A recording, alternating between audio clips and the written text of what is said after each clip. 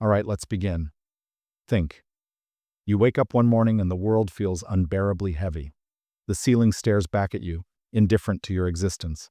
The air feels thick, suffocating, as if every breath requires more effort than the last. You scroll through your phone, but nothing sparks even the faintest interest. You get up, but every movement feels mechanical, like you're dragging yourself through a life that no longer feels yours. Days blur into nights, and a strange numbness creeps into your mind. You're not exactly in pain, but the absence of feeling is even worse. There's no joy, no excitement, no despair, just an endless void where life used to be. And yet, the world around you continues as if nothing has changed. People laugh, chase dreams, fall in love. But for you, everything feels distant, like watching life unfold behind a thick glass wall. You wonder, what's wrong with me? Why can't I feel anything anymore? You try to shake yourself out of it. Maybe more sleep, maybe less, maybe exercise, maybe a new hobby, but nothing works. The void remains. And in those moments of quiet desperation, a darker thought emerges. What if this is it? What if life is just this? Conventional wisdom whispers sweet lies. Be positive. Just think happy thoughts. Surround yourself with good vibes. But deep down, you know it's not that simple. How can you think positively when life feels meaningless, when the weight of existence itself presses down on your soul?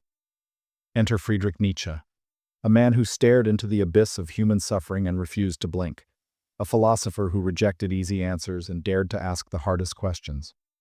Nietzsche didn't offer shallow optimism or empty platitudes. He spoke of suffering as inevitable, even necessary, but he also hinted at something most people miss. What if depression isn't a disease to cure, but a signal to decode? What if the crushing weight of existence is not a curse, but an invitation?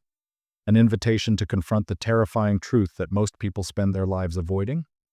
What if, in the depths of your suffering, lies the key to your ultimate strength? Nietzsche once wrote, "He who has a why to live can bear almost any how." But what if you don't have a why anymore? What if life feels like an endless series of meaningless hows? Nietzsche would tell you, that's precisely where your journey begins. Because here's the secret most people never discover: the abyss that threatens to consume you also holds the power to transform you, but only if you dare to confront it head on. Nietzsche's advice was never about avoiding pain or seeking comfort. It was about something far more radical: to embrace suffering as the crucible where your true self is forged. But how? How do you face the darkness without being swallowed by it? How do you find meaning in a world that feels devoid of it? Nietzsche's answer lies not in running from the void, but in diving into it, in facing your deepest fears, desires, and shadows with unwavering courage. And as you stand at this precipice, staring into the unknown, a haunting question lingers. Are you ready to confront the truth that could set you free or destroy you? The answer lies just beyond the abyss. But before you can walk that path, you must first understand why this darkness exists and why it refuses to let you go. Why does the abyss feel so impossible to escape? Why does depression cling to your soul like an unrelenting shadow, refusing to loosen its grip? The answer lies not in external circumstances, but in the way modern society has conditioned you to perceive suffering. From the moment you're born, you're fed a dangerous lie. Happiness is the goal of life. Every motivational speaker, self-help guru, and pop psychologist reinforces this idea. Follow your passion, chase your dreams, think positive. But Nietzsche would argue that this relentless pursuit of happiness is precisely what leads to despair. Why? Because when happiness becomes the ultimate goal, suffering becomes the enemy. And when suffering is seen as something to be avoided at all costs, you unknowingly create a trap. A mental prison where any deviation from constant pleasure feels like failure. But Nietzsche knew better. He saw through the illusion. To live is to suffer. To survive is to find meaning in the suffering. His words weren't poetic exaggerations. They were an urgent warning. Because life, by its very nature, is filled with chaos, uncertainty, and pain. And yet, society conditions you to believe that if you're suffering, something must be wrong. Enter Carl Jung. Jung, Nietzsche's intellectual heir, explored this concept further through the lens of psychology. He introduced the idea of the shadow, the rejected, hidden parts of yourself that you deny because they threaten your ideal self-image. When you suppress these parts, they don't disappear. They grow stronger, lurking in the depths of your unconscious, feeding your despair and alienation. And here's where it gets even darker. When you deny your suffering, when you refuse to confront your own darkness, it doesn't vanish.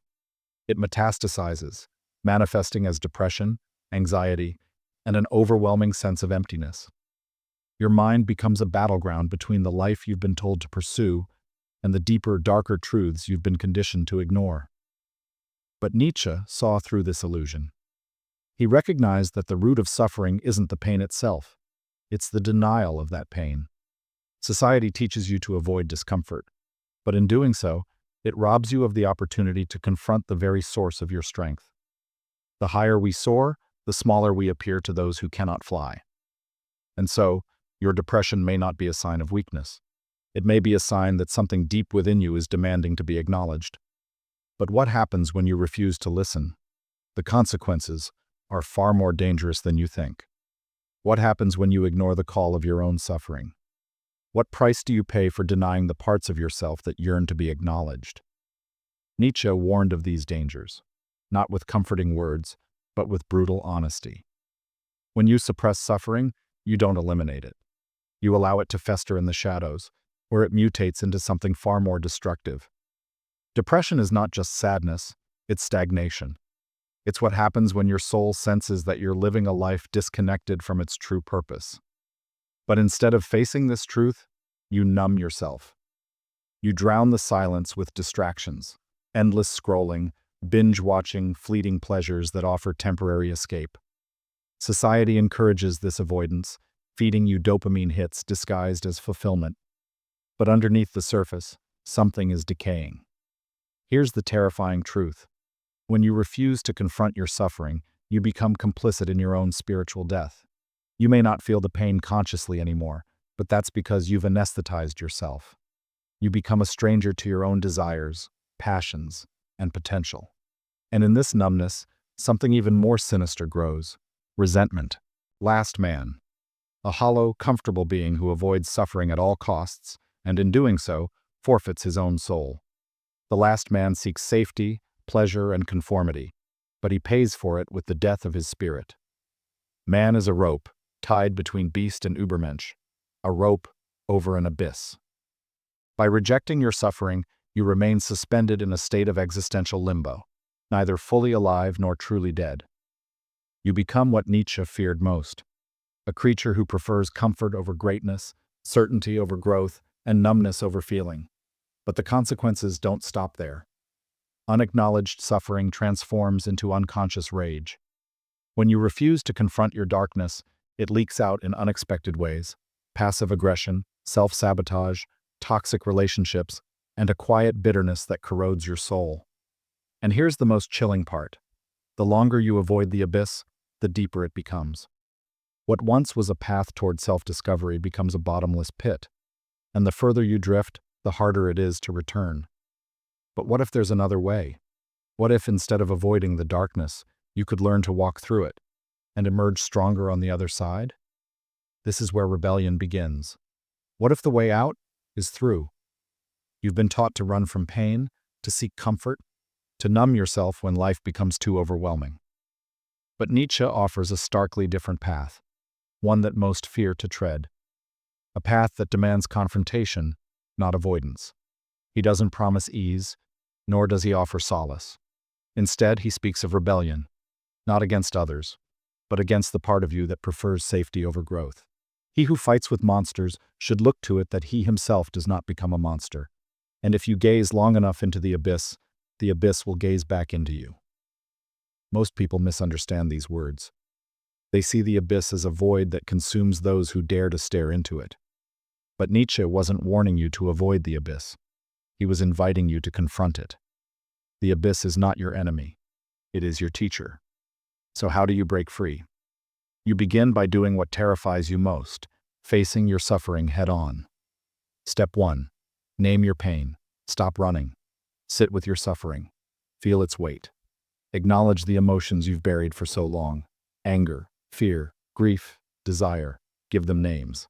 Carl Jung believed that what you resist persists, but what you confront transforms.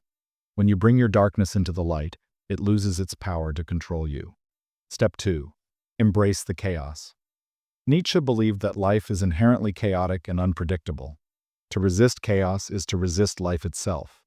Instead of seeking control, embrace the uncertainty.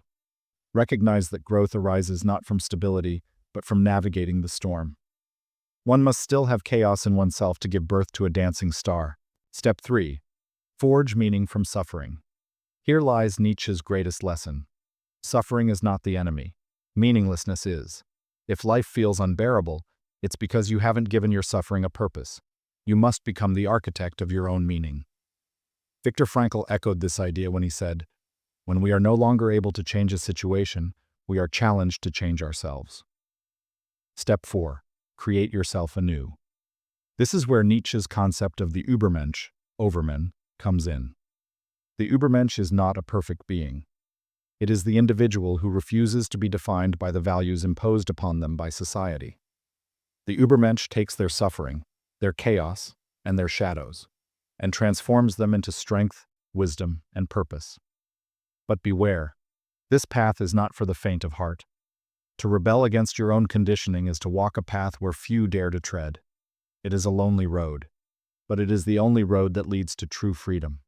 And as you stand on the precipice, staring into the abyss, you might wonder, what if I fail? What if I lose myself in the darkness? But Nietzsche would tell you, you must become who you truly are. And only through fire can a phoenix be reborn. What if everything you feared was necessary? What if the darkness that haunts you isn't trying to destroy you, but reshape you? What if your suffering, your despair, and your longing for meaning are not obstacles, but initiation rites for a deeper existence? This is Nietzsche's ultimate truth, a truth so unsettling that most reject it. He didn't just speak of suffering as a burden to be endured. He saw suffering as the raw material from which greatness is forged. To live is to suffer. To survive is to find some meaning in the suffering. But here's the deeper revelation. It's not enough to endure suffering. Endurance alone leads to bitterness. You must transmute it. You must take your pain and turn it into power. Your suffering is the fire that can burn away your illusions and leave behind something stronger, your true self. This is what most people fear. Because to embrace this truth means letting go of who you thought you were. It means shattering the comfortable identities that society gave you and becoming something entirely new. Nietzsche's vision of the Übermensch was not about perfection. It was about transcendence. Man is something that shall be overcome. You are not here to remain stagnant, to cling to safety, or to drown in comfort. You are here to evolve, to become someone who takes suffering and transforms it into meaning, someone who stares into the abyss and emerges not broken, but reborn. But beware, this transformation demands sacrifice. You must be willing to confront your deepest fears, question everything you've been taught, and destroy the parts of yourself that no longer serve your growth. Nietzsche called this process self-overcoming. It's not a one-time event. It's a continuous cycle of death and rebirth, a never-ending journey of becoming. And here lies the final paradox. The more you embrace suffering, the less power it holds over you. The moment you stop resisting the abyss is the moment it transforms from a source of terror into a source of strength. You don't conquer the abyss, you become it. That which does not kill us makes us stronger. But strength, in Nietzsche's eyes, is not mere survival. It is the ability to take what has broken you and use it to shape a life of profound meaning. And as you emerge from the fire, scarred but unbroken, a quiet realization dawns. The life you've been searching for has been waiting inside you all along. Now the question is, are you ready to claim it? Imagine standing at the edge of an abyss, not knowing whether to fall or to fight. Nietzsche believed depression isn't just sadness. It's the soul's rebellion against a meaningless life. When you avoid your suffering, you don't eliminate it.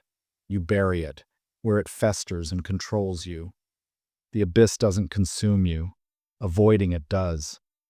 True strength comes from confronting your darkness, transforming pain into power. To overcome depression, you don't escape the abyss. You become it.